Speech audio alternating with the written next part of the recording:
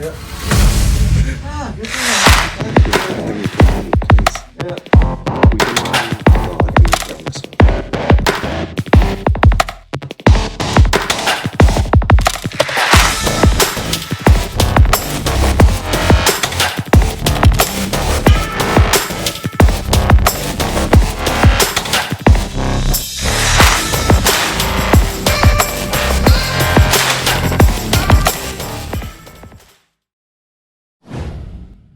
Alrighty, welcome to Marietta Esports. Today we have our League of Legends facing off against Cleary University. We did have a little bit of technical difficulties, so we are going to be hopping straight into the draft.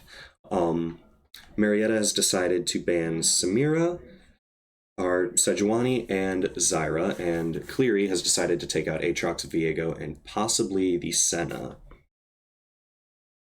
Yep, they do lock in that Senna ban, and we're gonna have to see how things roll from here as they start to pick champs.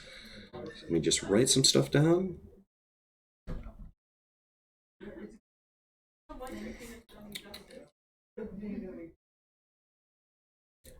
Okay, we lock in our Seraphine for our support or AD carry. We'll get to see whether it'll be Maxibu or Radio Soul piloting that today.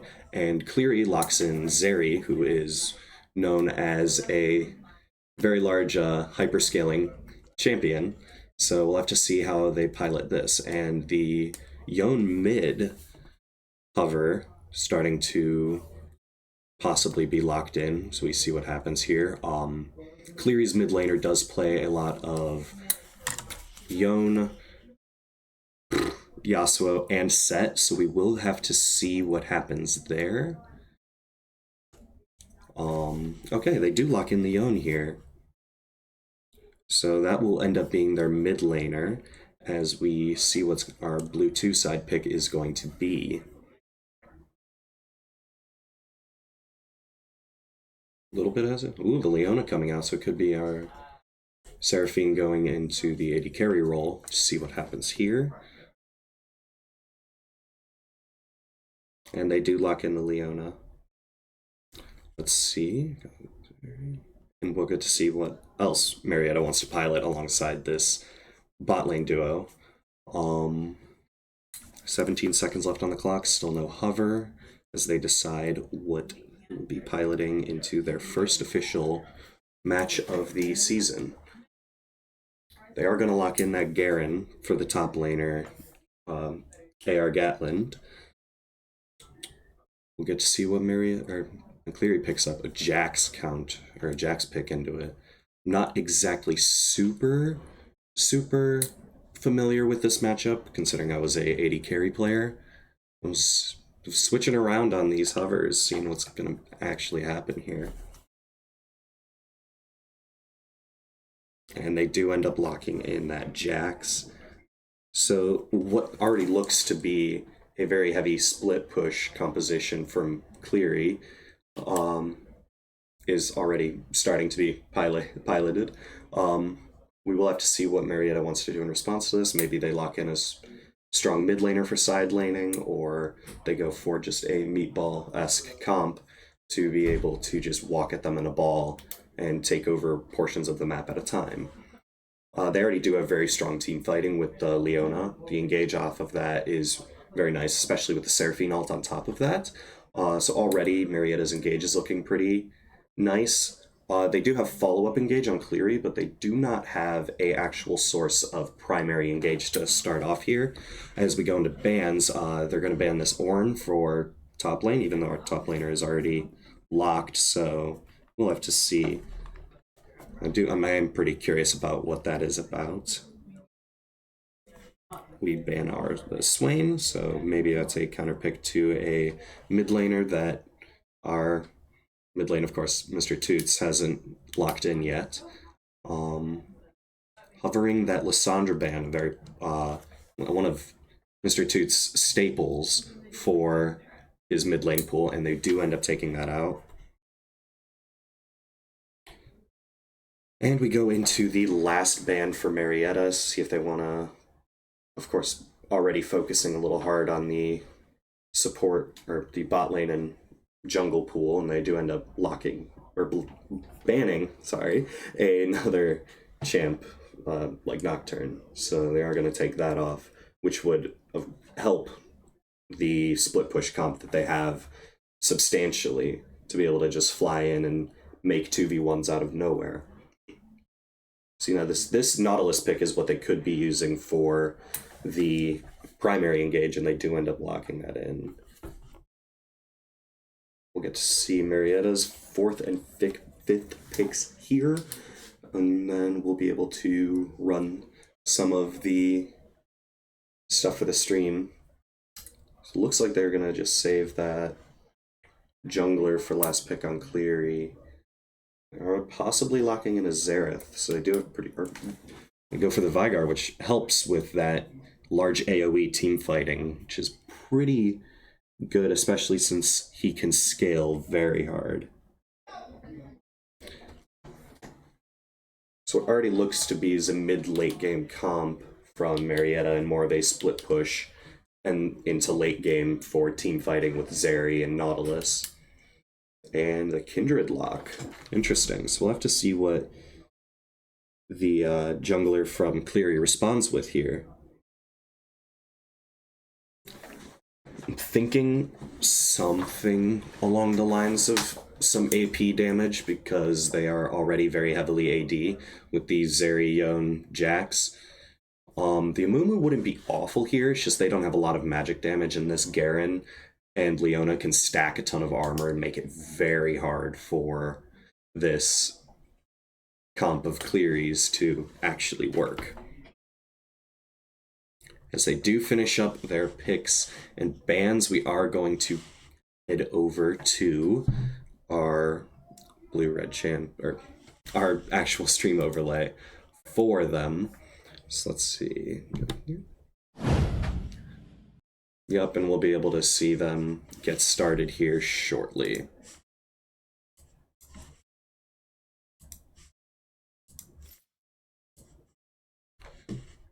Did want to go over some of the patch notes for the league recent patch. I mean, obviously we had a new champion, Briar, put into the game, and right off the bat, she's been very lackluster, a very low win rate, and just not that good of a champion.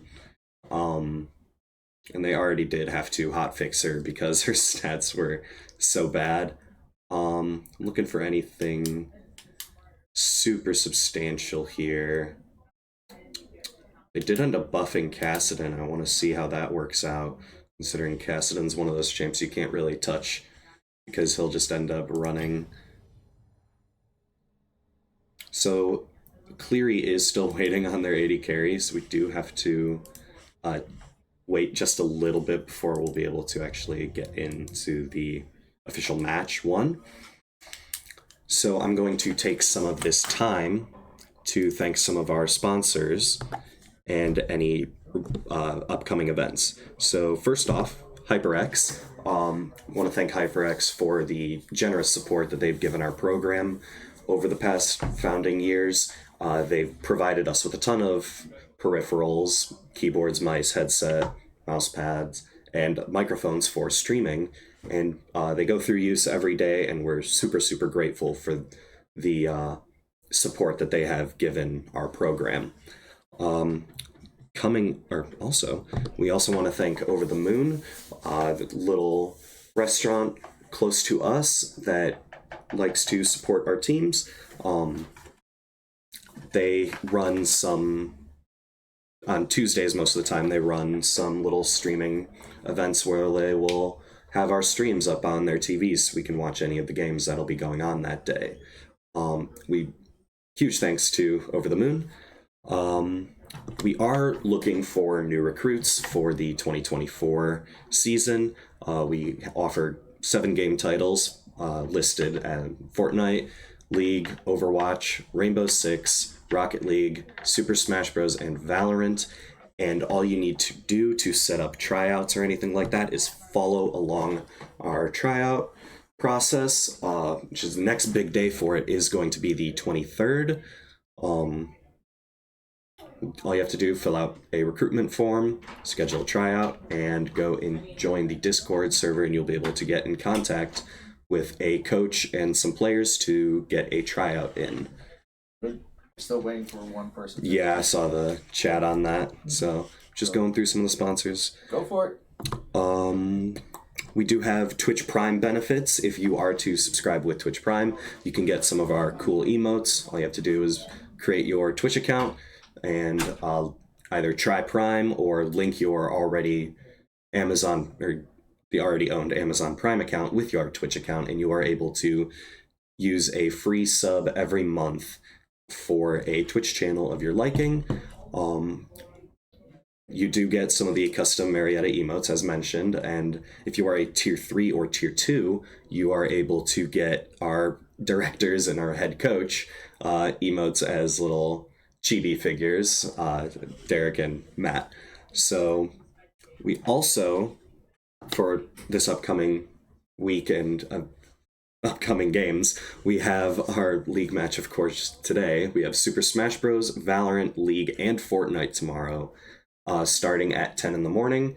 We will be hosting a stream for that, so be sure to check in. Hold on. If you do want to watch the Fortnite match, which will not be streamed on this channel, it will end up being streamed on the NACE channel if you wanted to watch that over there. It's about what I want to go through here. Oh, we do have a restaurant event here soon. So on October 2nd, from 11 a.m. to 11 p.m., you can get dine-in or carry-out at Wings Etc. right in Marietta. And if you download the flyer and present the picture of it, you get you give 15% of the cost of your meal to the Marietta College Esports organization. So is our most recent fundraising operation. Let's see.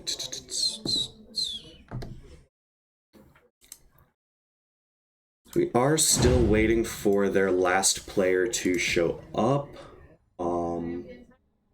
He just had some traffic. We're getting updates as we go here. So I'm going to start us back up as soon as we end up getting into that game.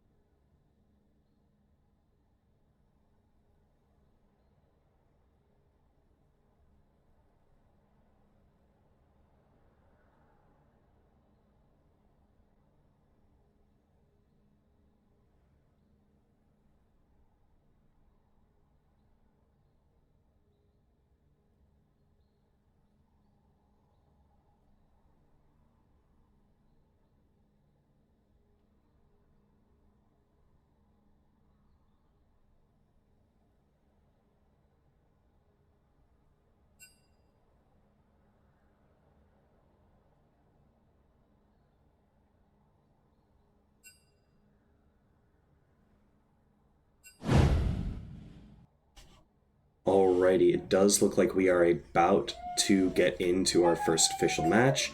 They're going to go through picks and bans, of course, but we do have a 3-minute delay on my side of this stream, so we will have to wait a little bit once our once the game actually starts. So we'll have some time to talk about the compositions noted. They're gonna go through all of the bans and stuff that they have already went through.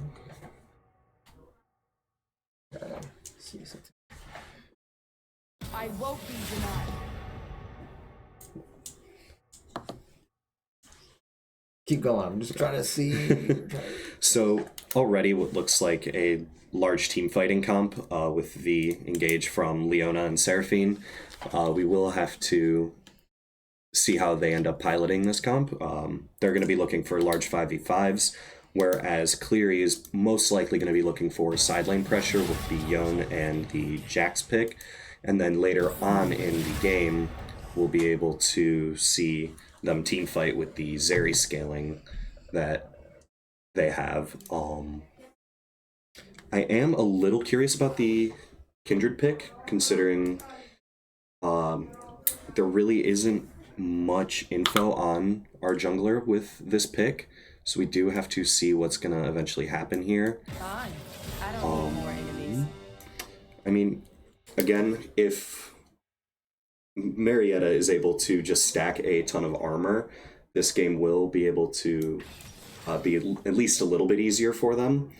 I mean, Cleary's comp has almost all attack damage, and we'll be able to, of course, the armor stacking is going to help with that. I mean, the Nautilus is a little bit of AP, the Jax has a little bit of AP, Yone has a little bit of AP, but most of the primary focus on their damage is going to be physical, so we will have to see the Leona and the Garen start and kind of initiate, control these team fights, try and stay alive, pilot these champs effectively. I am curious to see what Maxabu can do on the Leona here, considering it is one of her staple picks, and the engage power on it is very, very strong. Still running into a couple of issues with the overlay and these things, so we are trying to fix this as we speak.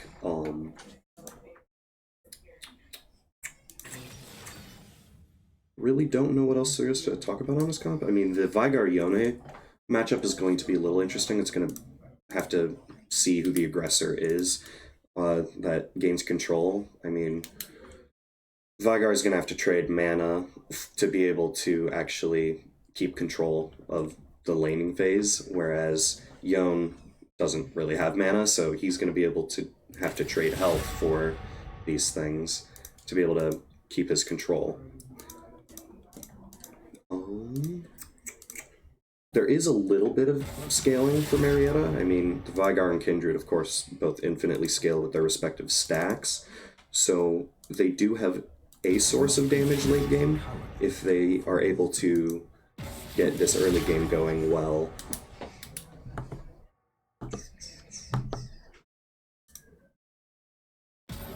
Marietta's comp does have pretty even damage, and they do have that Garen execute, so that Zeri is going to be a big target for that, or the Yone or the Jax, depending on who's gonna need to get nuked by that Garen R.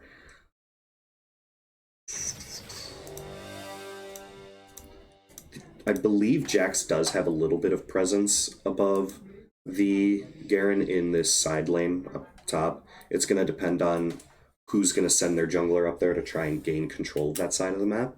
Ideally, Garen wants to get ahead and be able to snowball any leads he gets to be able to maintain control of the game. Whereas same goes with Jax. So it really is going to depend on the Amumu and Kindred seeing who sends up support to his top lane early. Bot lane for Marietta is going to want to just sit and farm, most likely, if they don't have their jungler near, as well as Zeri and Nautilus. Although Nautilus does have very good early trading, Zeri wants to sit and farm as much as possible. We are about to get into the game, and we'll run a couple of announcements before we actually see what happens here.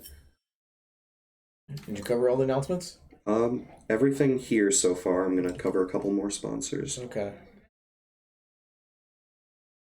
Go ahead. So we did pick up a couple of sponsors over the summer. Huge thanks to our head coach, Game Grumps. He did end up getting us a sponsor from Incrediwear, which is a clothing brand, and they have little peripherals, I guess, for yourself that can help reduce swelling and joint pain. They have circulation socks, elbow sleeves, gloves, wrist sleeves, back braces, and their socks, which are supposedly knockout amazing. So huge thanks to Incrediware for sponsoring the Marietta program. We also did pick up a sponsor from By Blue Light, which is a glasses company that has a special formula in their lenses to be able to block out the harmful blue light from computer and phone screens. So we will be able to have our own Marietta plus By Blue Light glasses merchandise for ourselves. There'll be a team shop at some point. We're still working on that. That would be So awesome. that way everyone who's watching will have a chance to purchase their own blue light glasses, and a portion of the sales will go directly to support the esports program. Awesome.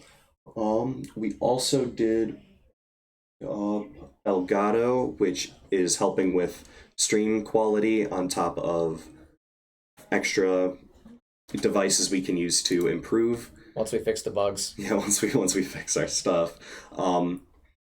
We got our streaming lights and our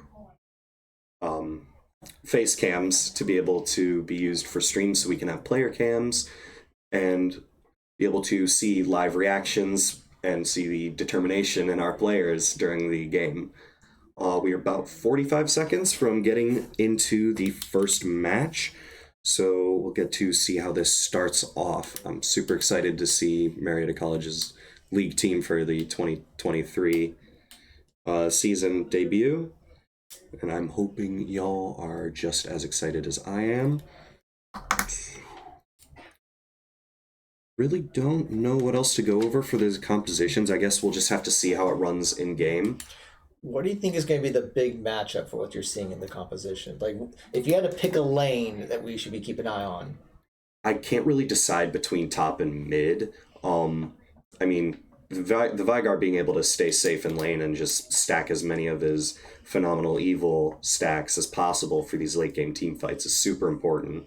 But so then again, so is the top lane, considering that Garen and Jax both like to have their side lane leads. Not yet. All right. Once it loads and then get the spectator stuff set up, then we'll press the button. Lovely. But also just test it to make sure this loads properly too, because sometimes it doesn't want to do that. It should just be that. Yeah, it should be. Sometimes it likes to take its good old time. Sweet little time, yeah. Let's look at rune choices. So the Garen did opt into the phase rush for quick trades in lane. Normally the other pick for Garen is Conqueror, considering his E can stack it very efficiently and quick. You just need a quick auto and So this is where we need to do get rid of that, show that, and then I like to get rid of that. perfect. So now you can press the button. The blue game with the camera. That's champion select. Oh, The one below it. There we go. And now you can see everyone's faces, and this looks good. We'll figure out what's going on with champ select going into game 2. I'm not sure why the tools were acting up. It might have a little troubleshooter for game 2. Are going to see what looks to be a... What's the Amumu doing in mid lane? I am pretty curious about this. Oh, and game is paused. Oh, never mind. It was just a quick little bug. We are going to see this Amumu start on his blue side and most likely path to top lane, as well as our jungler start on his red. So we will get to see each of these respective teams play where in these jungle quadrants. I'm really excited to see what happens with this jungle matchup. I'm not super familiar with it, but I would imagine that it really just comes down to who gets the lead. The Amumu, of course, is going to be able to stack health and armor and be a initiator for this Cleary team, whereas Kindred is going to be a huge source of damage for Marietta. Main marksman, considering we do have a mage in our AD carry position, Get to see the start of this top lane phase. No real microaggressions. Yeah, getting some auto trading. It was a very good trade to start out for Cleary's Jax. We do have this Jax taking a Ignite and Teleport route versus Teleport Flash, which is more common, as well as we do have the TP advantage on Marietta's side. We do have an extra one considering that this Yone has taken Ignite instead for laning pressure.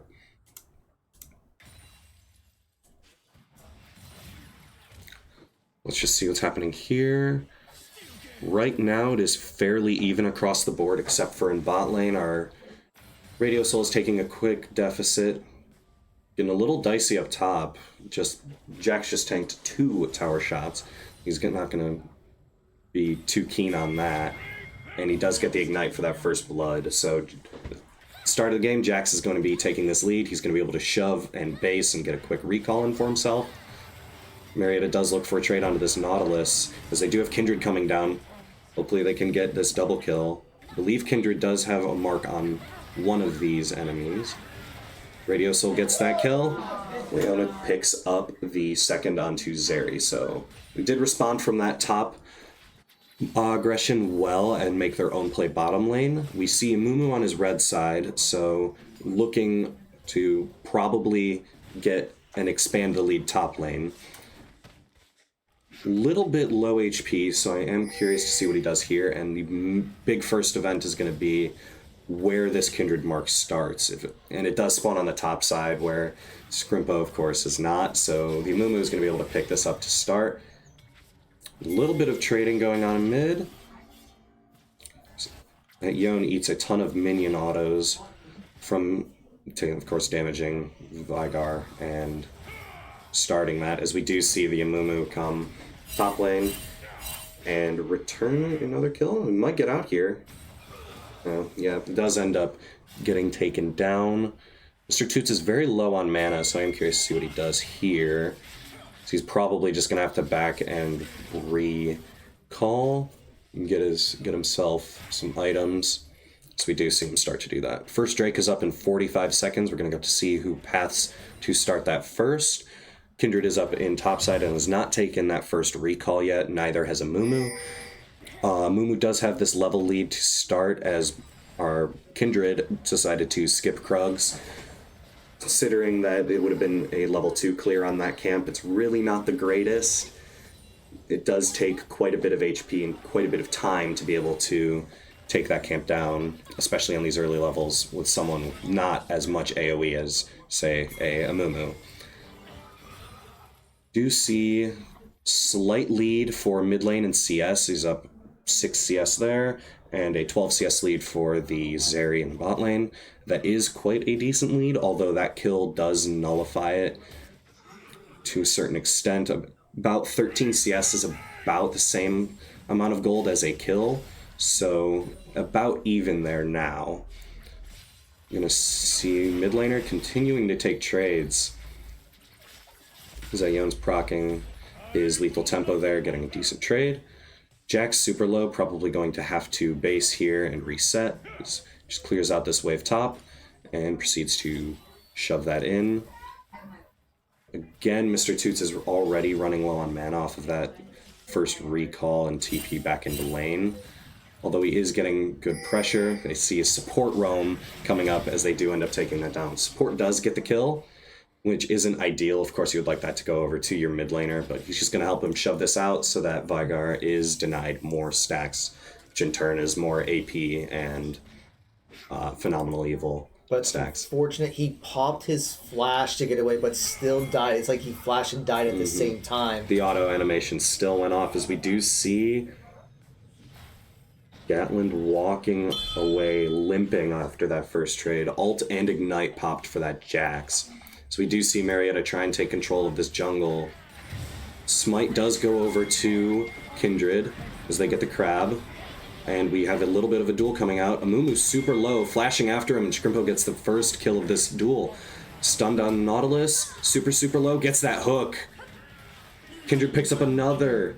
And we see the Zeri start to get taken down as gets a triple kill for this Kindred to start off. And they do or they will be able to pick up this Drake. Again, Jax gets another kill taken top lane, and we're going to see a large lead coming there, but that Kindred is massive now. We're going to have to see, has 2 marks already, so he's 2 away from being able to get his increased range on the passive for that. Of course, I'm not going to have to smite because the jungler is dead.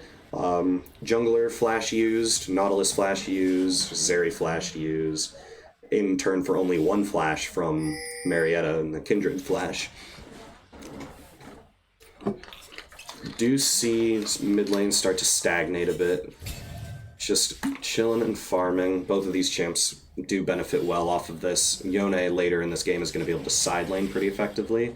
So we do see him start to go for a trade and get chunked by that Q. Large stacked wave in the spot lane, although it is into a Seraphine, which does have fairly decent wave clear. And so you just start autoing down that wave as well as casting that Q.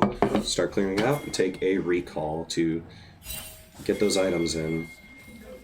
Do see Seraphine having 1 kill and 3 assists and Leona 1-4, so that is a fairly decent lead to start off in this bot lane, which is really essential to this team comp to be able to have those engages and trading that will end up having the advantage here. To start, Yone pops ult and just ends up killing Mr. Toots in mid.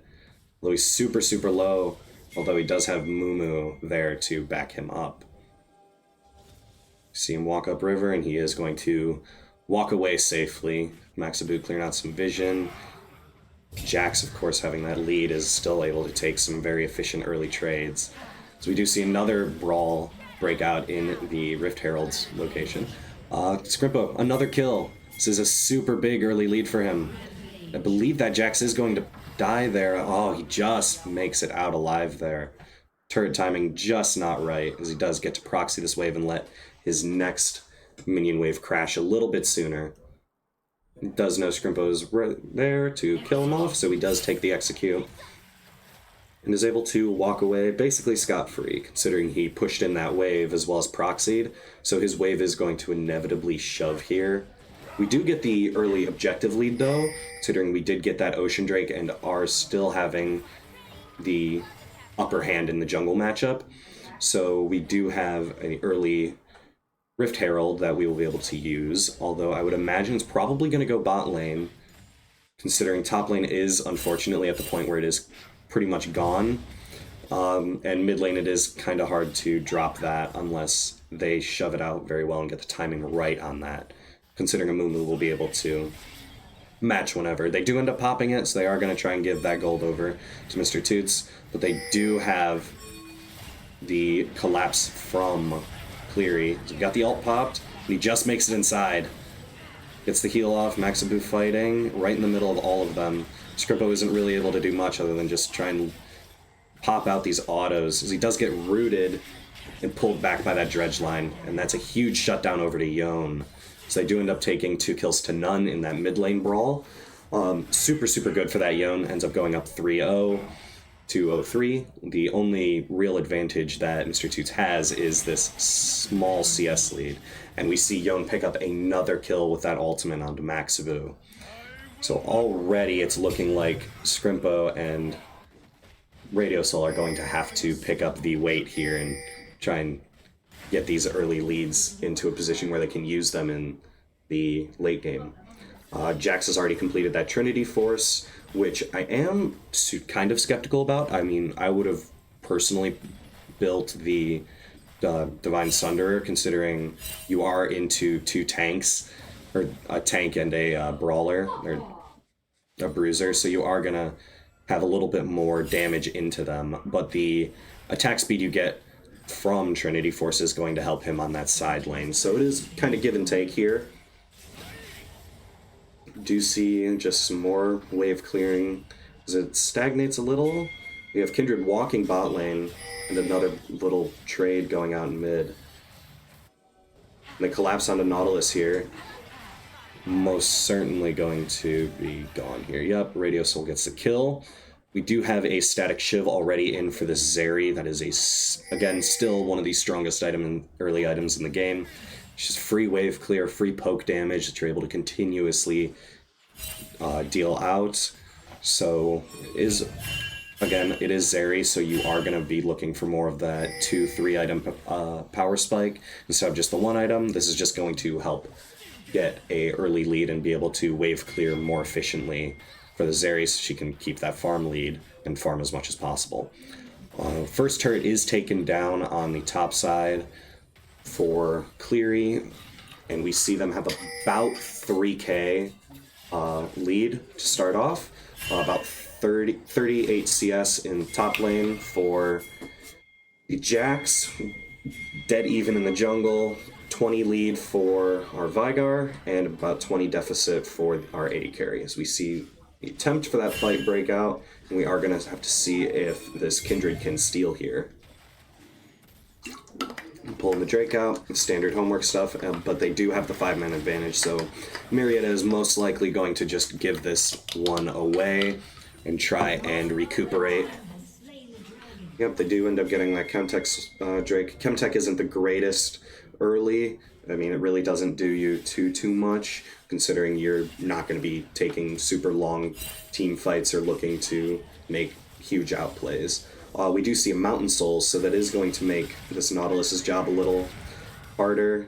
Gonna have to maneuver around some terrain. We do see Mr. Toots barely make it out alive from that Ignite on that Nautilus. So both summoners blown for that Nautilus, and now that is a little bit of an advantage for the bot lane, but that is going to be Zeri rotating top to try and maximize farm here. Jax goes and takes bottom lane, and we see another mini trade coming out. Huge trade and a lot of damage taken for Scrimpo. We see this Yone, again, just keep clearing out lanes and try and roam elsewhere or get presence elsewhere.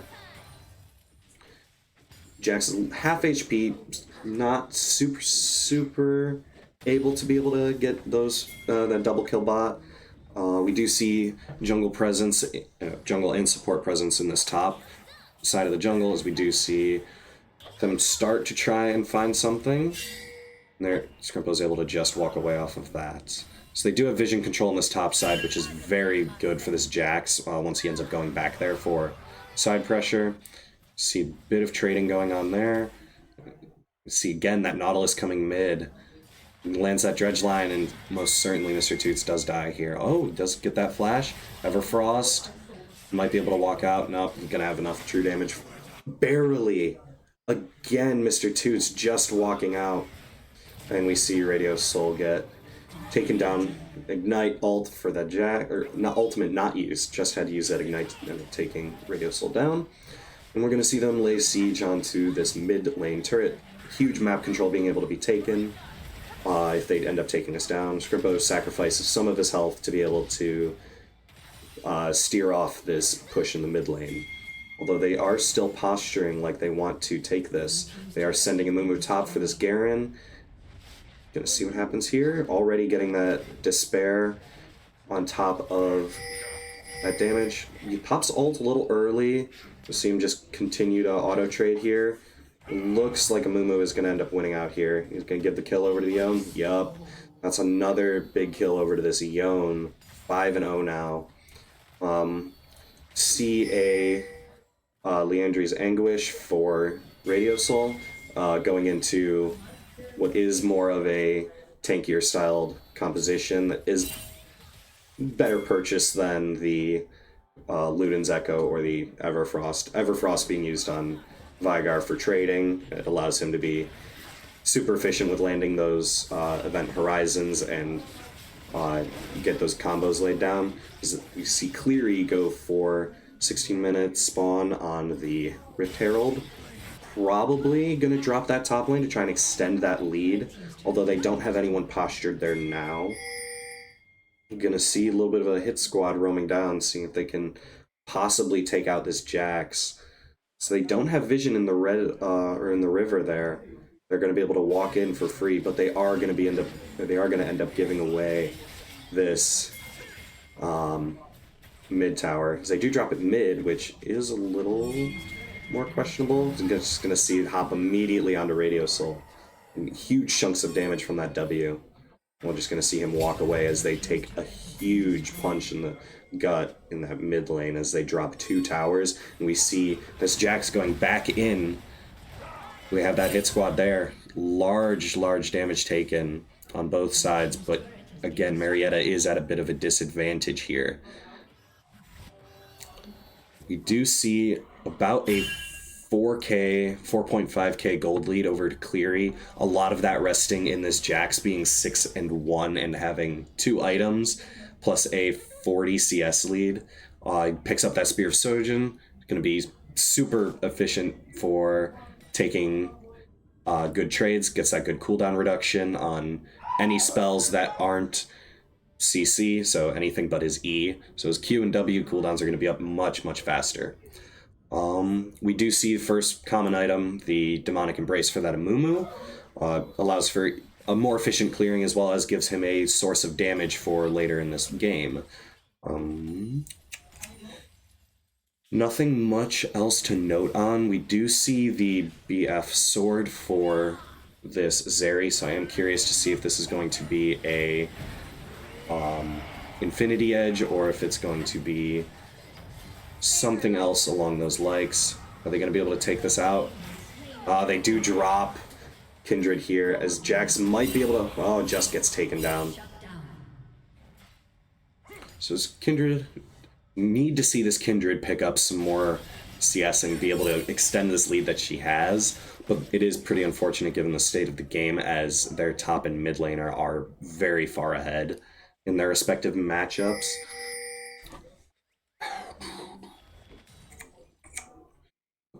Pretty uninteractive so far. I mean, Cleary did pick up that second Drake, so they are going to start the stacking on this Mountain Soul, which would allow much more safety to this Zeri and Yone to be able to have that extra shield to tank some of that damage at the start of these fights and start of trades in lane. 5 towers to 1. We did see that bot tower fall as well as, again, those 2 mid lane towers. So it is a little bit unfortunate start. They did end up taking that inhibitor tower in mid lane for Marietta as we see that Garen again get goon squatted.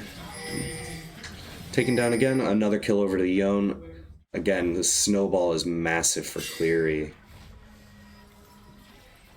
This Nautilus has just been having so much more presence than the Leona in this game. Being able to roam around and get picks basically wherever. See where Kindred is at on marks. Did pick up number 3, so now we just have to wait and see what will happen when they go for that 4th. Whether it be in the fight or if they're going over to that Raptors camp now. Although, just postured in the mid lane, clearing waves. Little bit of damage dealt out to this Jax, but again, very dicey situation as he's able to just dash away immediately. Wards, minions, anything really. I'm gonna see Maxabu look for something to start something in this top lane.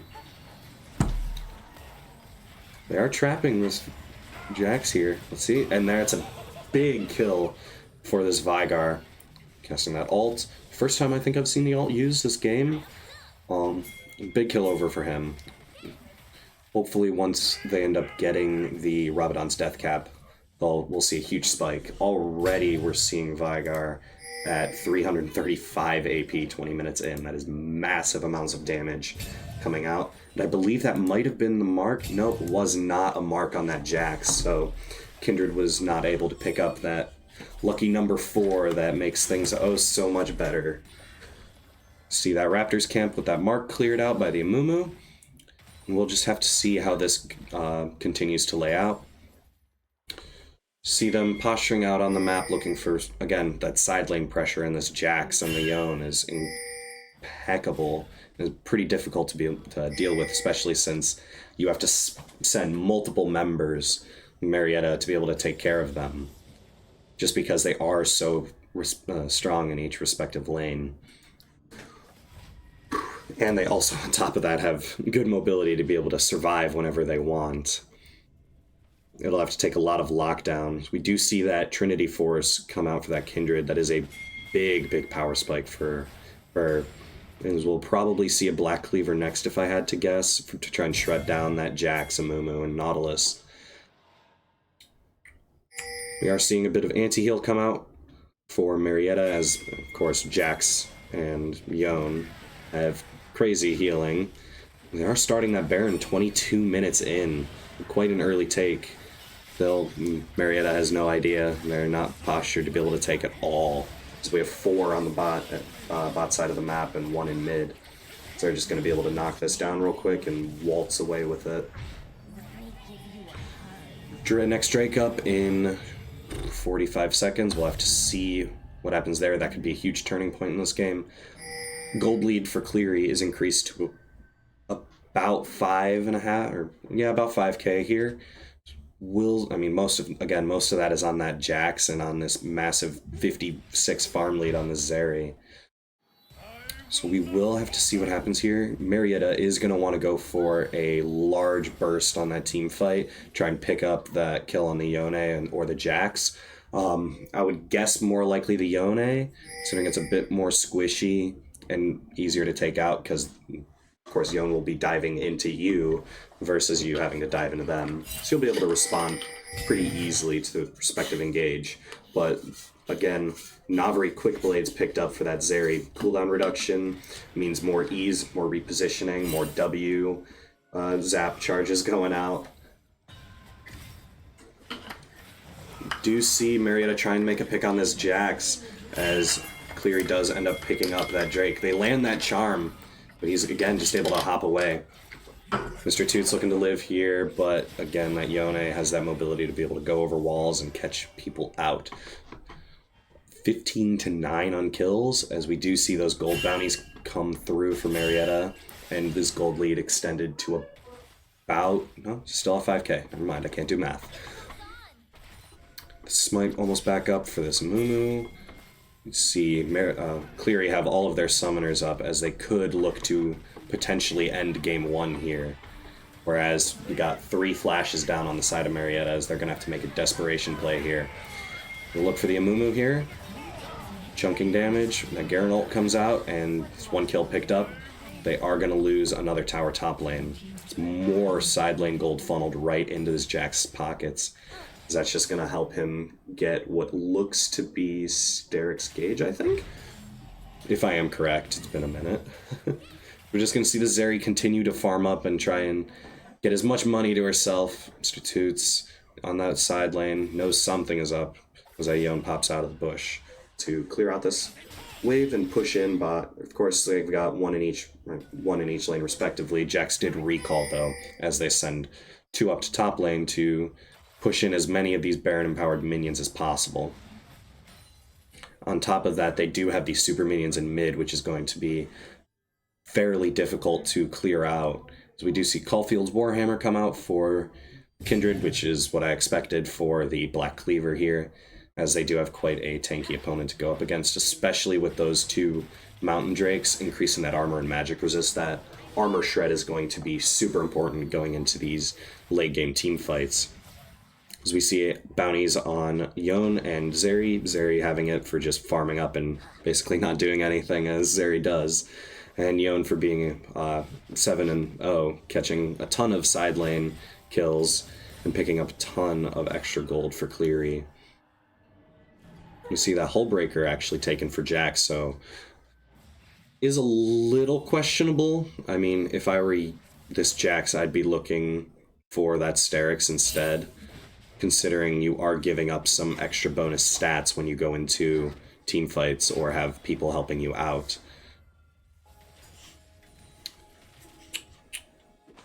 See them doing their homework, clearing out these first wards in their jungle as they look to posture for more towers with these super minions in mid. Try and pick up those super minions on top. Bot lane is just about the only place where they have some semblance of control here. About 6k on that gold lead now, as they look to be trying to sync up these waves and push them in and spread Marietta's resources as thinly as possible.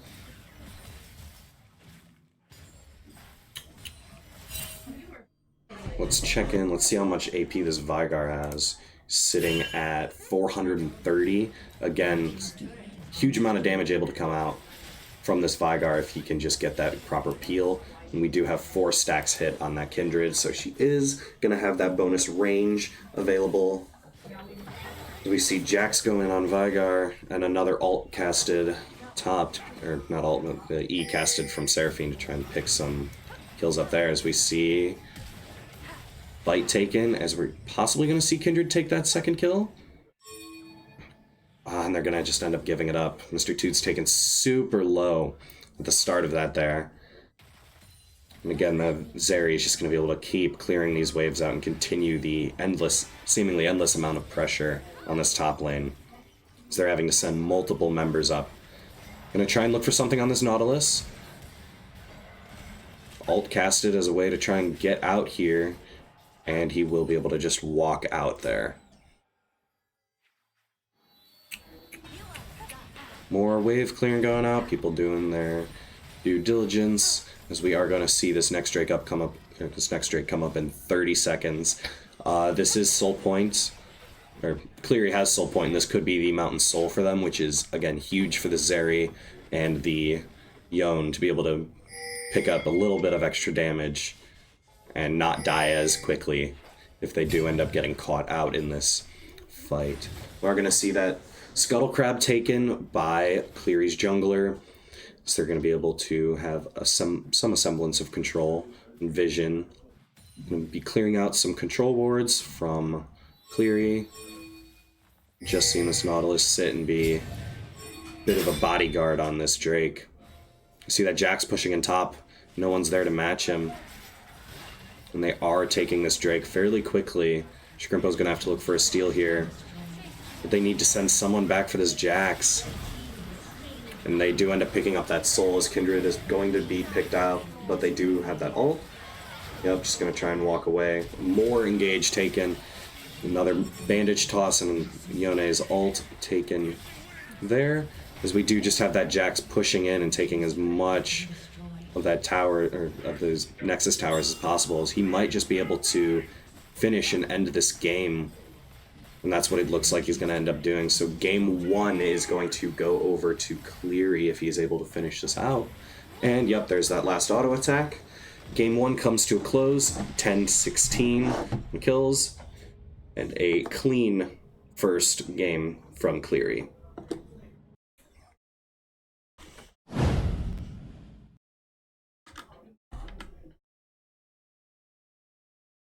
Okay. Yeah. Let's see. And then let me pull up. I'm not sure. Oh, I have my keybinds different. That's why. There we go. Now we're working. Yeah, don't forget to update the score group as well. I'm working on that next. Pulling this up. Well, don't pull up a second time. So wait. Close that. It's already open. The other one. That one. Yep. Yep, there we are. Just do like a 0-1. Compute total, then update scores. Gotcha. There you go. All right, so Cleary does end up taking that first match, as we are going to be loading into the second here soon. Let me pull up and get in this lobby. Yep. Let me check the team real quick, and then we'll get some things set up here. So hang Sounds tight. good. Yeah, pretty decisive game 1 taken, as again that Jax is able to just run the split push side of things. So we do end up taking red side here.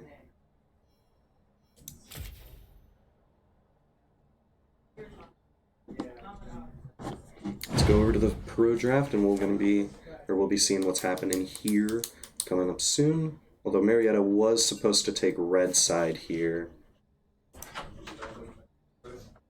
Oh. Okay. Let me open this one. This one's the correct one. Yep. All right. While we're doing that, I'm going to do a quick. Go and keep talking about the things. I'm just going to Start the see the bands I'm come going to out. test some things here. You go right ahead and talk. Again, that Samira band coming out. They really don't want to see that come through for Cleary's 80 carry, and we'll see what Cleary is going to respond with here. Still waiting on that first ban, as we don't really see anything happening here. 5 seconds left, and they are going to end up taking out our junglers, Viego. Sejuani, again, they seem to just be repeating the bans from last game.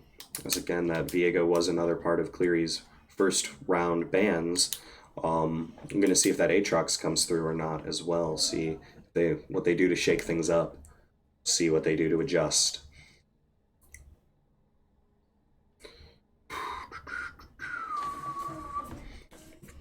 Red band number 2 coming here shortly. What are we looking? And undecided. Let's see what they type. Aatrox. As figured, again, following what they did game 1. Yeah, I would expect Cleary to probably not make a major changes to their picks and bans.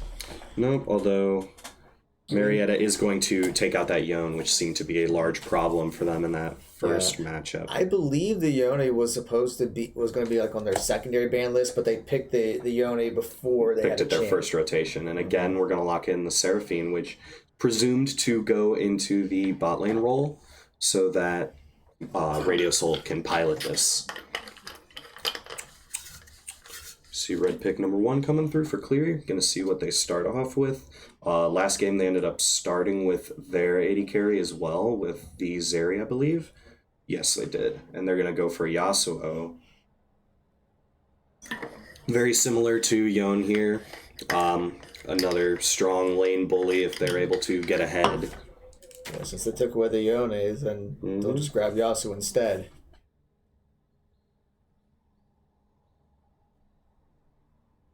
And again, that Zeri locked in.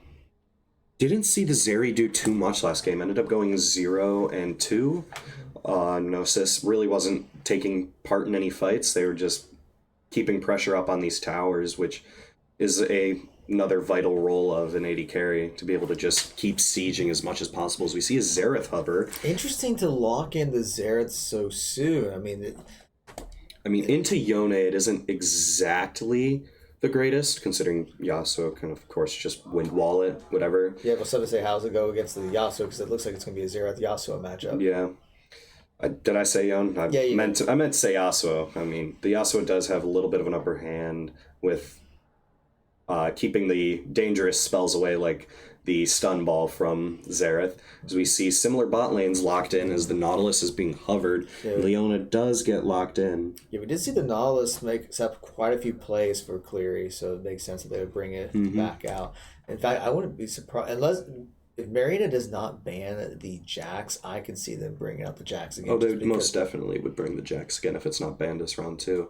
They do ban that Kindred, which is a little bit of a denial ban here for Scrimpo. He's got a pretty good champion pool, so that's not... It's not too much to worry about. We'll see what Marietta does, and they are hovering that Jax ban, and they do end up locking that Jax ban in, trying not to deal with as much side lane pressure. That Lilia as well. Yep, we do see that Lilia come through. Another shot at Scrimpo's jungle pool, as we see what our final ban is before heading into rotation 2 of these bans.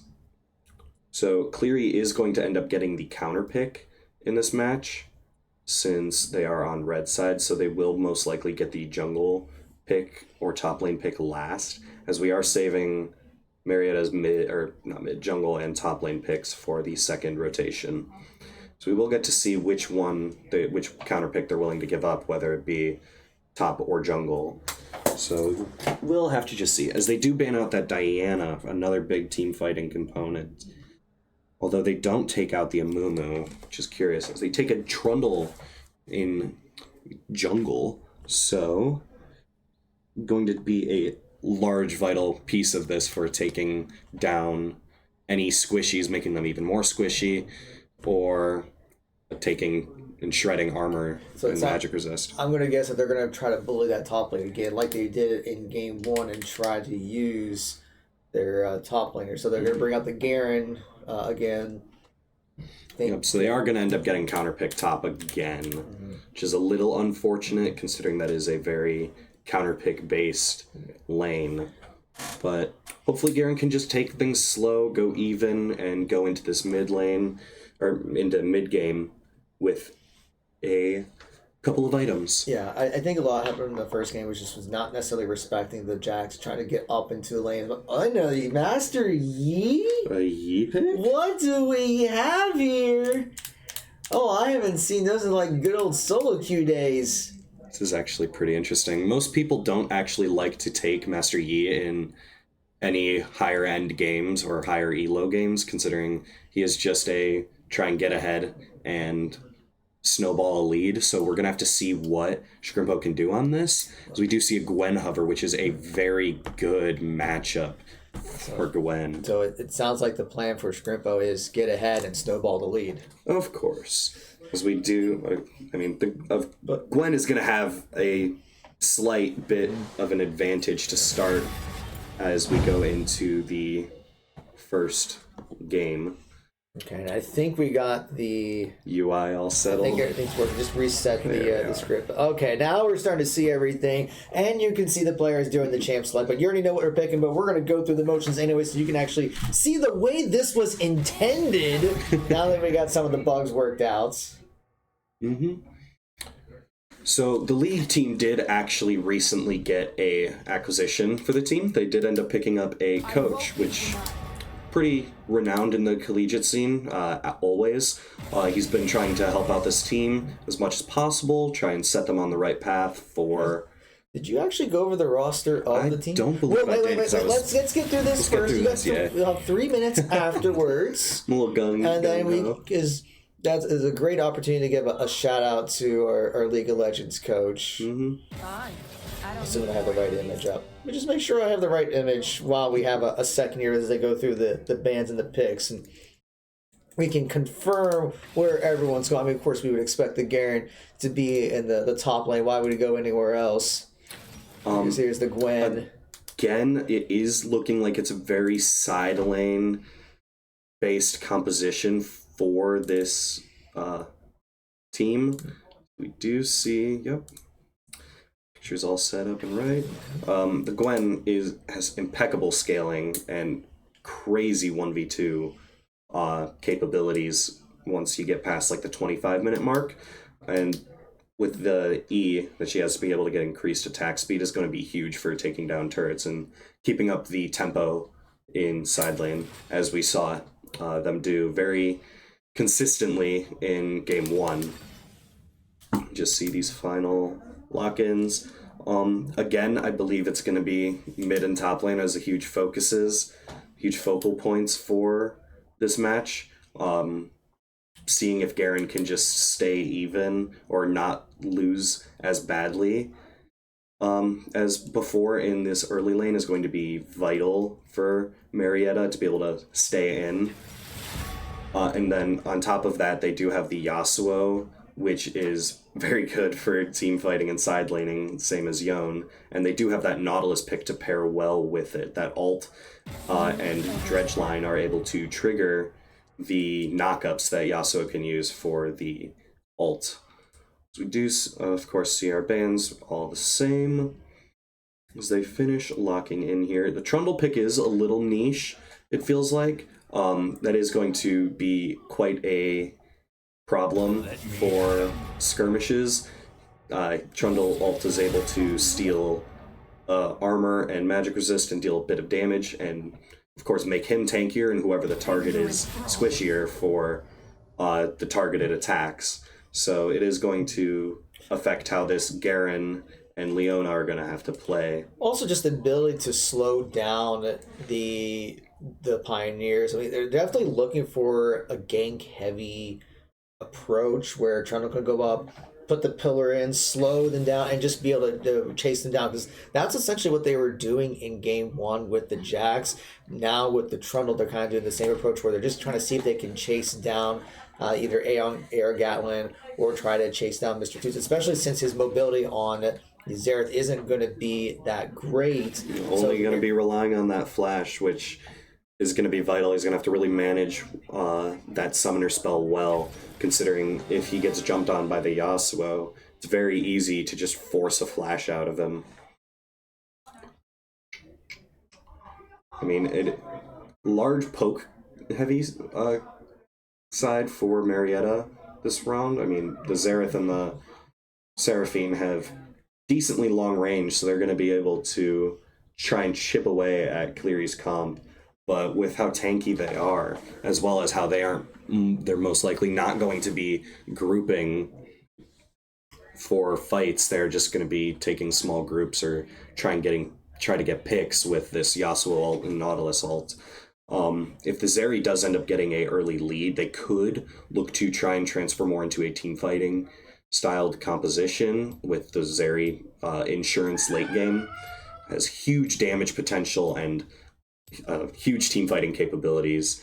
It's just kind of a staple pick right now for the AD carry position.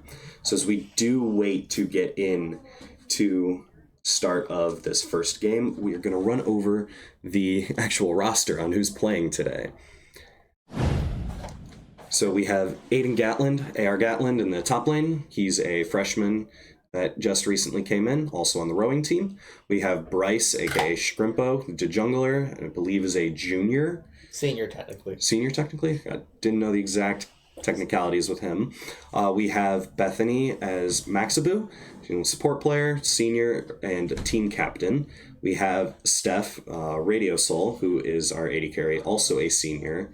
And I believe just last year started getting very involved with the game and has shown immense improvement over the course of this year and a half that she's been playing. We have our mid laner, Mr. Toots, was a walk-on and helped keep the league team alive for this semester, and gave them a roster to be able to compete with. We do unfortunately have 3 AD carries on this roster, and 2 of them are being forced to fill into other roles, but it just comes down to how well they're going to be able to make this work. They do have the new head coach helping along with things, Alex, aka Always. He's been trying as hard as he can to help pick things up and create a winning environment for the team, as well as our main head coach across all of our titles and the head coach of the program, Derek, aka Games Grump. He's one that helps get sponsors and tries to help things run smoothly and help everyone stay ready and well within their college life, prepared for anything that comes. One of his big sayings is it's student first, not athlete, and he makes sure that's well known between everyone. Since we still got a minute left, we can take a second to talk about the schedule for tomorrow, because we have quite a few matches. Check this schedule. There we go. So tomorrow's going to be a big day for the program. Now, some of these times are not 100% accurate, but starting at 10 a.m., our Smash team will be going up against OAC rival Muskingum University. The League of Legends match against Concordia is now going to be at 11 a.m. instead of 3 p.m. Good. And the Valorant match against Muskingum will still be at noon. And our Fortnite team will be premiering, where they'll be participating in the NACE Star League traditional split Open 1 at 3 o'clock. Now, because a bunch of the matches are compiled together, we'll be streaming the Smash and Valorant matches. We will not be able to stream the League of Legends matches, but we will still keep you updated with how that's going. But that does mean that we will be able to stream the Fortnite match, so we've got quite a few things going on tomorrow. So please be sure to come back to cheer on all of our teams as they are competing in the GLEC and NACE. And looks like everything is loading, so we're just going to make sure everything is working properly. So I'll let you go and hit the button. So, well, first wait for we got to get the UI though. O, U, N, and then I to get rid of the chat. Yep. There we go. Now you can press the button. Yep, now we go League and Blue Game. Okay. There we go. Perfect. As we do see again, the start off to this game, we do see that Trundle in mid just kind of standing like a pillar there. There We go. There's the game. It's just take a second for it to load, but yeah, we're good to go.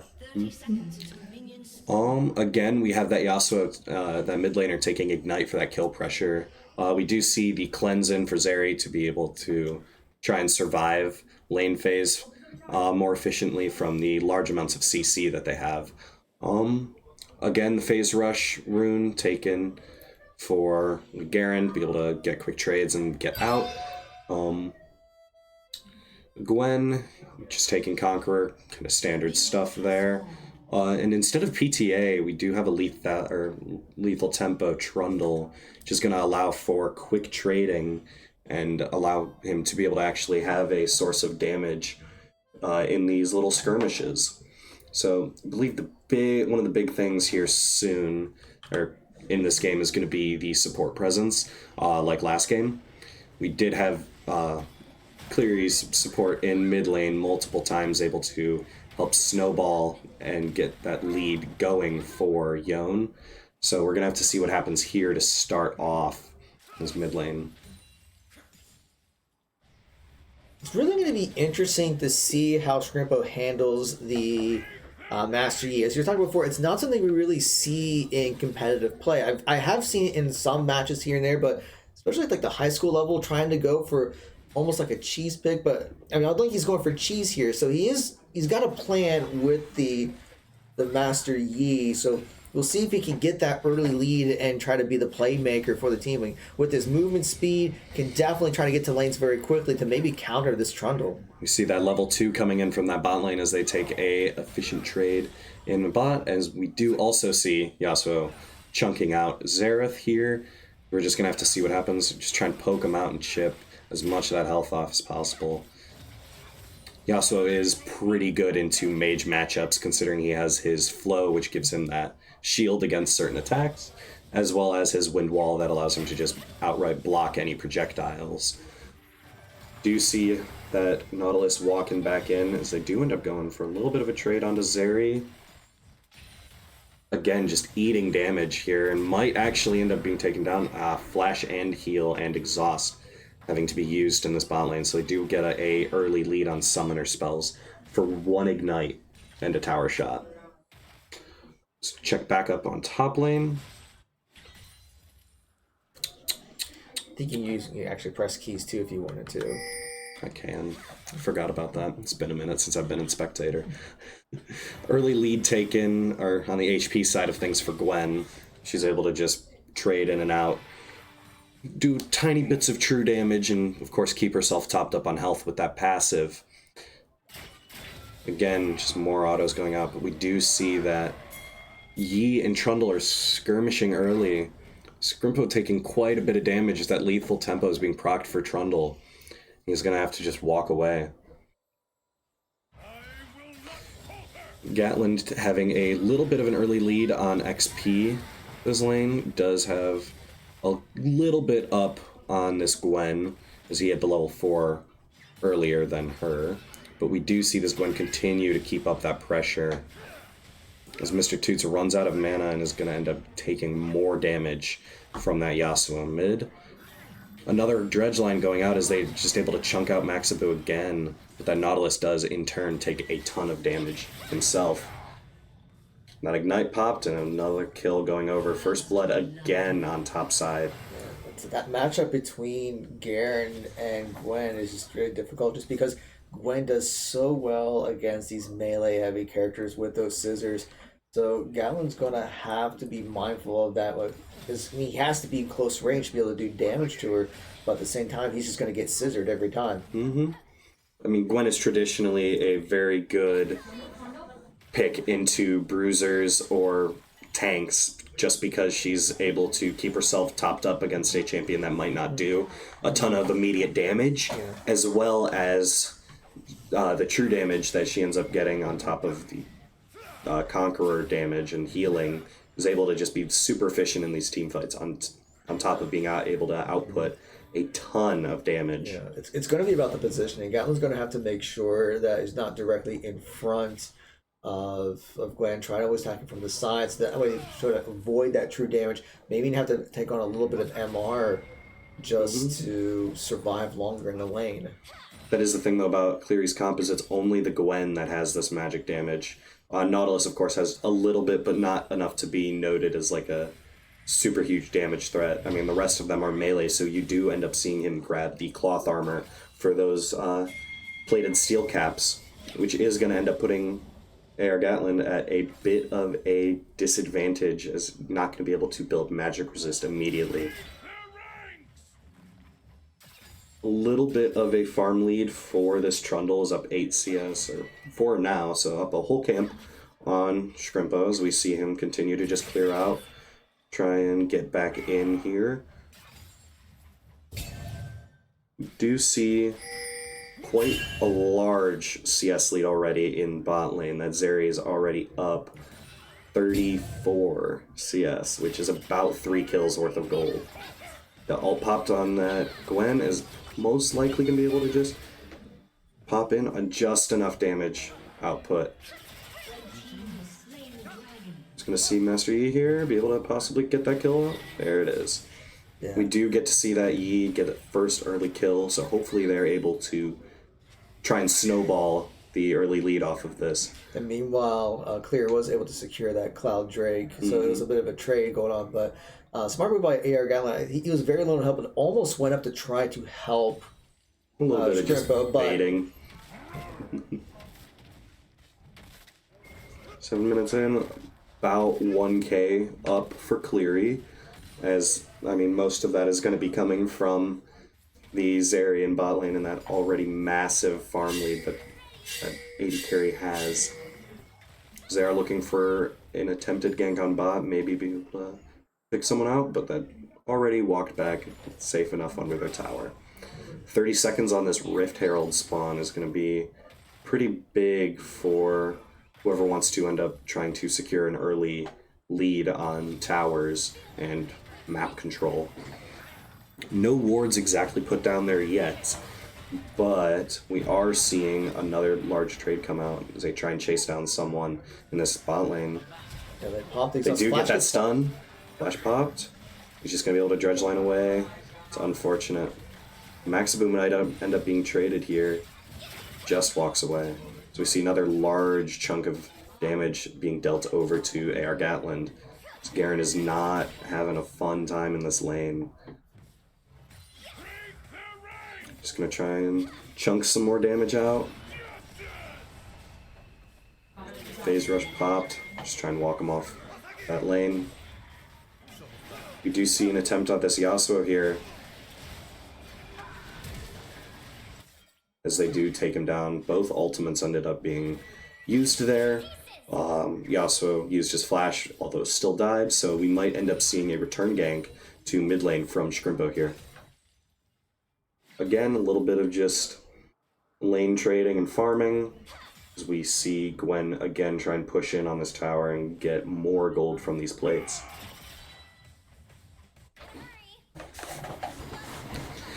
Most of Cleary's lanes are just, they just have so much presence and so much control in these lanes and are able to just continue to put out pressure and make sure that not many attempts at kills and ganks are effective unless they're out of position, like the Yasuo and Gwen being so far away from their own towers. Yeah, and the goal difference right now is mainly with that farm. If you look in every single lane except for support, there is a considerable CS advantage for Cleary.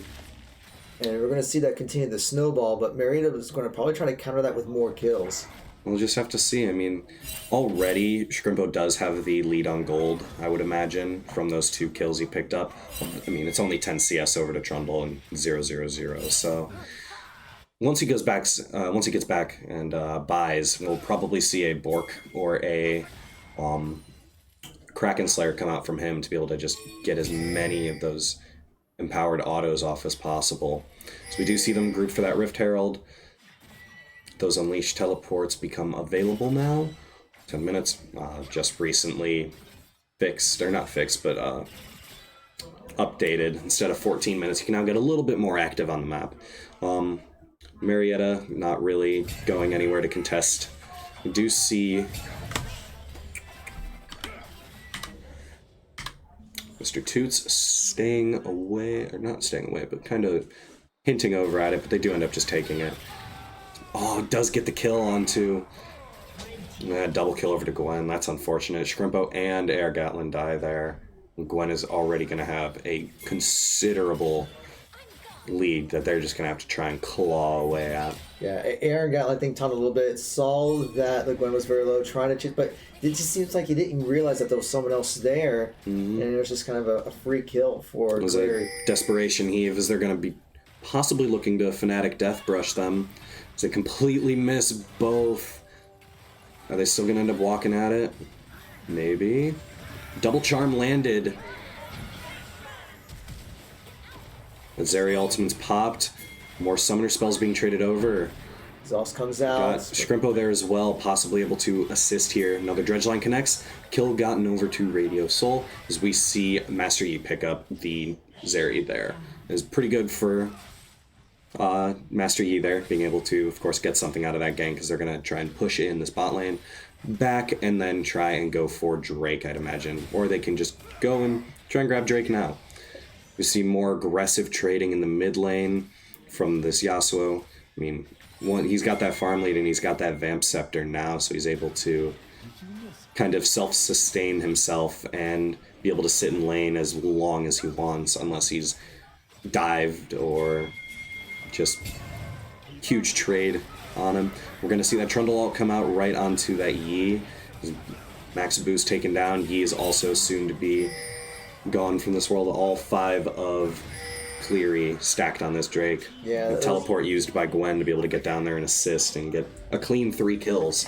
It was like, I understand why they're going for the Drake, but they took too long, and all they did was, they got the double kill, but because the respawn timers are so small, Cleary was able to get back in very relative amount of time. And really, all the damage was just on Shrimpo, because we even saw earlier with the engage, with the ult coming out from Seraphine, didn't really have a whole lot of damage to back up, so they just couldn't burn down the dragon in time. I'm going to see a bit of shenanigans in mid as Yasuo ends up popping ult, taking some decent tower damage, but inevitably Xerath just walks away and continues to try and poke down at the wave and at Yasuo. A whole level up for Yasuo now. I mean, plus, again, Mr. Toots is just running out of mana consistently to try and keep up into these non-mana using enemy champions. So, do you see another possible fight coming out? Another big ultimate from Seraphine, but they are just going to be traded back as that Zeri ult is popped. You're going to see how large of a lead, about 1k alone on this Zeri. And we have this Yasuo up about 1k, 100 gold on Trundle, and a whopping 2k up for this Gwen. It's a large chunk of gold there for that Gwen to be able to just continuously pressure that side lane. Yeah, I mean, we're already seeing almost a 5,000 gold difference at 14 minutes, and a lot of that is just the CS differentials. Like, just about everyone in Cleary has already hit 100 CS, and the closest one for Marietta is Mr. Toots at 93. That Trundle has just been power farming for the past 5-ish minutes and is able to just continue to keep his gold up on top, or his farm lead up on top of the Master Yi. We do see that shutdown go over for Garen, which is pretty big there to be able to get himself back into the matchup, although he's still down about 30 CS and still a huge chunk of his tower. I mean, his whole top tower is already gone. It's an extra 200 gold, and that's going to help, but yeah, they're still going to have a ways away if they want to get back into this game. And tooth and claw, gonna have to fight. Do see the empowered smite come out for the Trundle, while Scrimpo still has 8 snacks left on that Moss Stomper hatchling. We do see Trundle start walking top, might look for something. Do see Garen back off. He's just gonna continue to power farm here.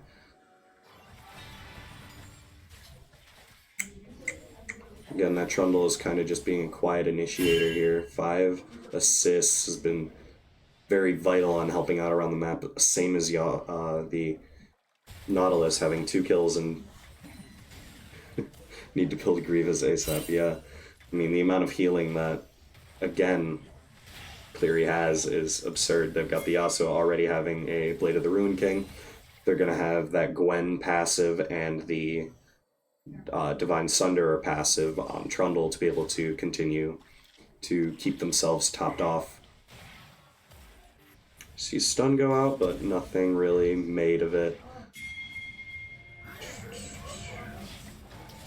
Another trade going out again. That Nautilus is just everywhere. And we saw that in game 1 as well. Nautilus just being able to land those hooks, set up the plays. And Marietta has not been able to do much to counter that. I mean, the Seraphine ult can kind of help with the disengage, and we've saw it a few times, but that might be the purpose of the charm for Seraphine at this point. Mm-hmm. I mean, it's going to be quite difficult to be able to get a decent team fight off unless Cleary just makes egregious mistakes. But, I mean, you do have very good engage.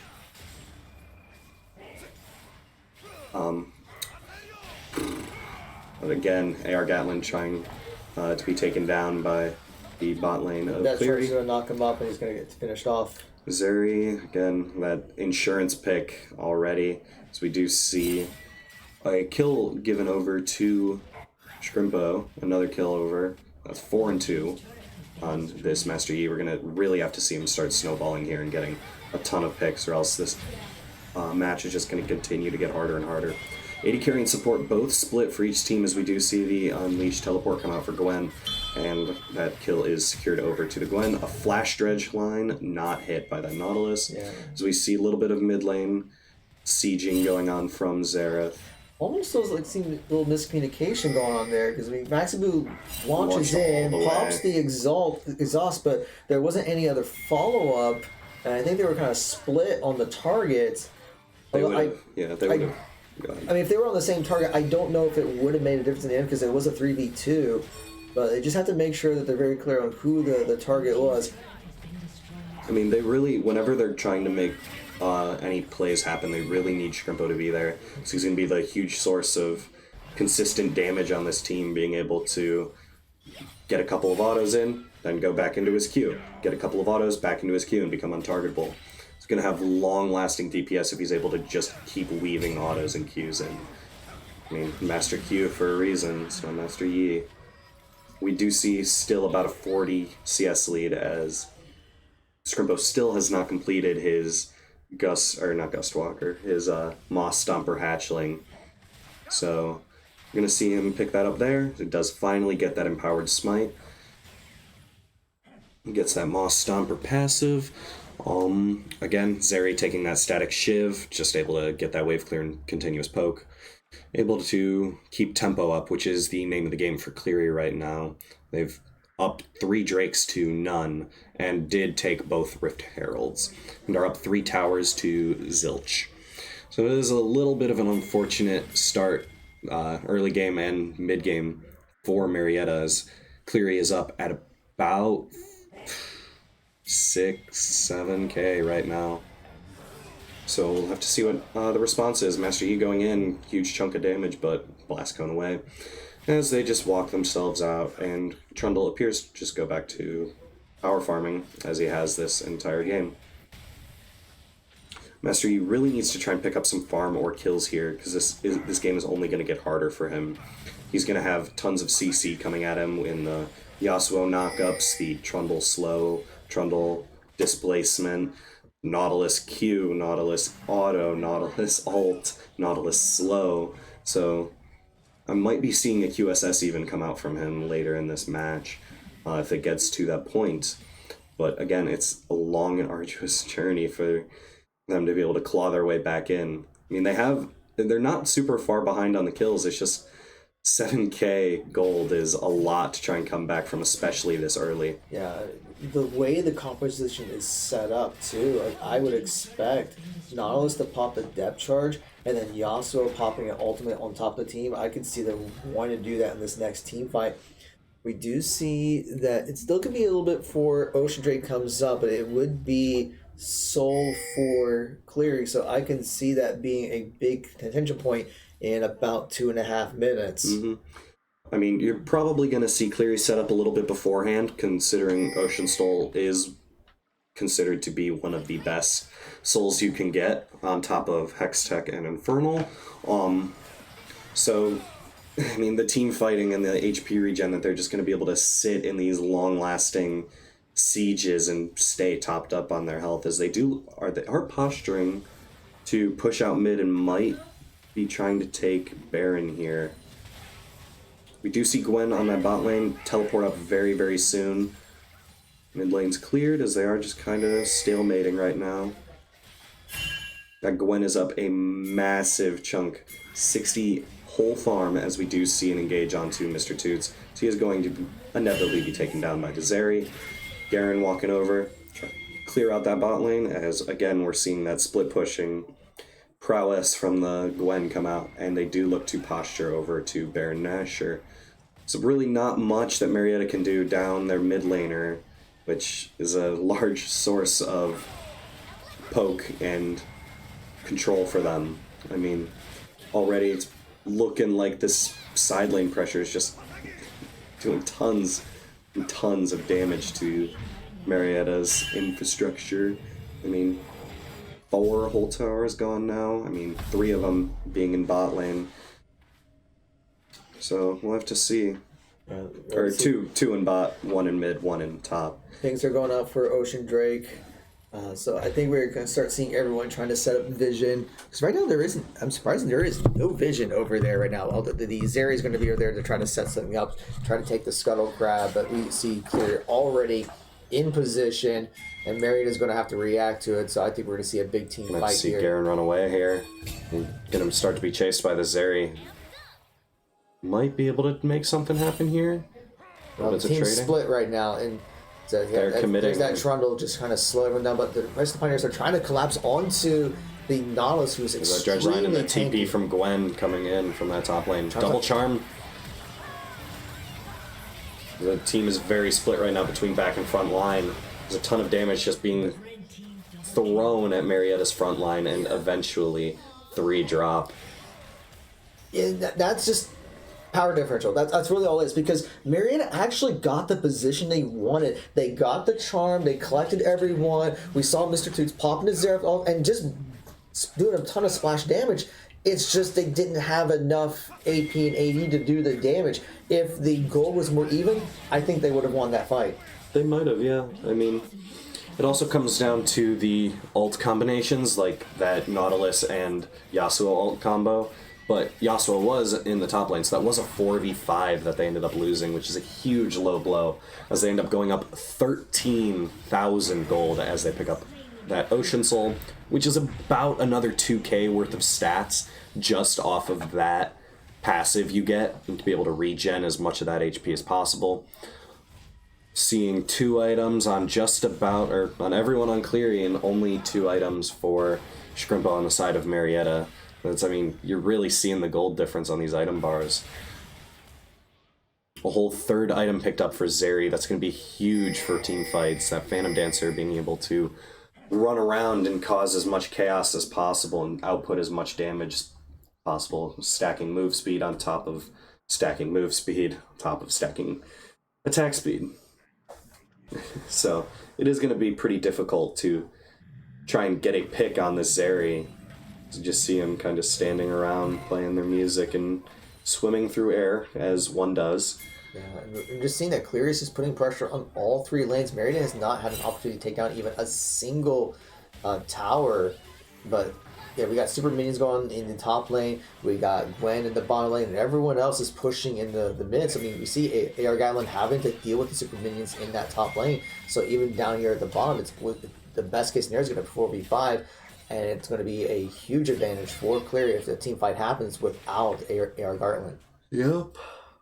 We do see that ult come out from the Gwen in bot lane, trying to push off of Master Yi and be able to take down that bottom lane tower, which is going to be a huge point of contention to be able to get even more of their side lane pressure that they've just been constantly using to their advantage. Another ult comes out as they do look to try and take down Trundle. And they do get him, and Mariatta's that Master Yi is going on that back line. Gets a 1k shutdown onto that Zeri, as it is a 2-for-1 trade to start, but it is still Yasuo and Gwen. which is still very large sources of damage as they start here. They are poking some damage, and it does seem, well, the Nautilus is trying to re-engage. The wind wall comes up to block the damage, but Marietta was able to stop the assault for Cleary. Can't talk today. I mean, sadly, it is only about 1k that they clawed back from that little trade by that mid tower. They still need to claw 12 whole thousand gold back into their pockets to stagnate this game, or they need to come up with like a surprise backdoor, something along those lines. But they just don't have the towers for it. Like, there isn't much really that they can end up doing here. Right, so yeah, if any champion could do it, it'd be Master Yi, but as you're saying, the problem is the minion waves keep putting pressure on the Pioneers, so they have to keep addressing in every lane, and they're not able to put any lane pressure themselves. Mm-hmm. We do see that Elder come up in about 3 minutes, and that Baron up in a minute. Those are going to be 2 huge points of contention that I don't think Marietta can actually contest with the current state of the game. Yeah. I mean, their towers are being chipped, or were being chipped down for a solid 4 minutes there. Yeah, we see that Cleary has complete control of Marietta's blue jungle. They have wards all over the place. There's nothing that Marietta can do really to contest this Baron. And they're going to try to start moving in because they don't really have a choice. If it's Baron, it's game over. So we'll just have to see. I mean, Baron is going to be able to allow that Gwen to just split push much more effectively, as we saw the amount of damage to Marietta's towers that she was able to do with just a Baron for 3 minutes, or for 2.5. No, it's 3 minutes for Baron, 2.5 for Elder. Do you see Maxabu walking up? Not many people behind or close behind to back her up on this engage that she might be looking for. Do you see Nash is spawning in 6 seconds? And you can only imagine how fast that they're going to try and take this, as they do send Radio Soul back to bot lane to try and contest this split pushing Gwen. You see the engage looked for from the Nautilus, as Maxabu is already chunked very, very low.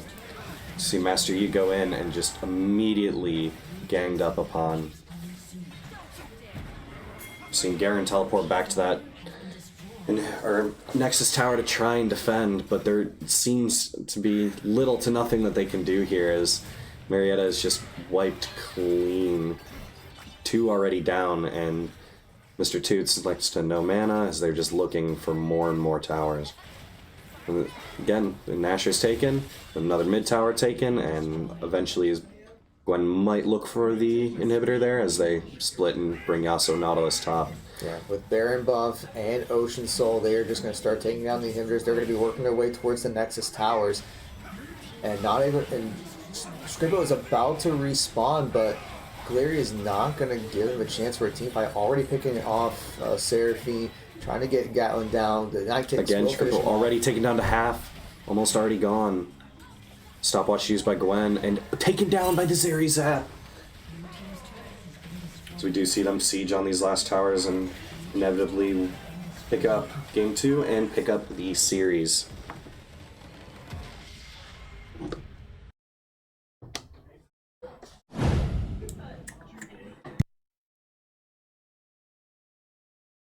Second. Okay, that's fine. Let's go ahead. Yeah. Gotta leave this first and be right there, folks. It's okay. Still using the tools. This is Evan's like second stream, yeah. So he's getting the ropes of it. Usually I will update the score before swapping it over. That way it shows up automatically. That might help you.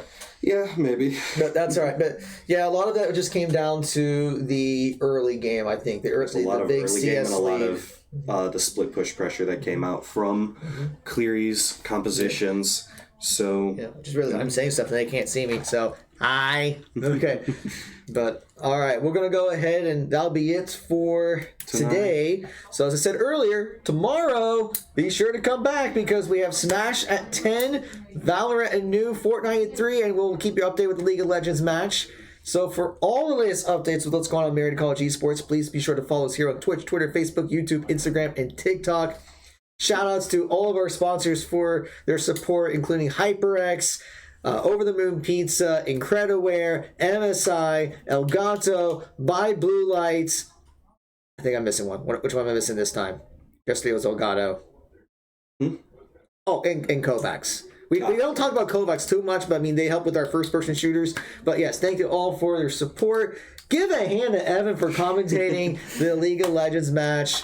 Thank you all for your follows. Thank you so much for your subscriptions, and we hope you enjoy the rest of your day. Have a good night.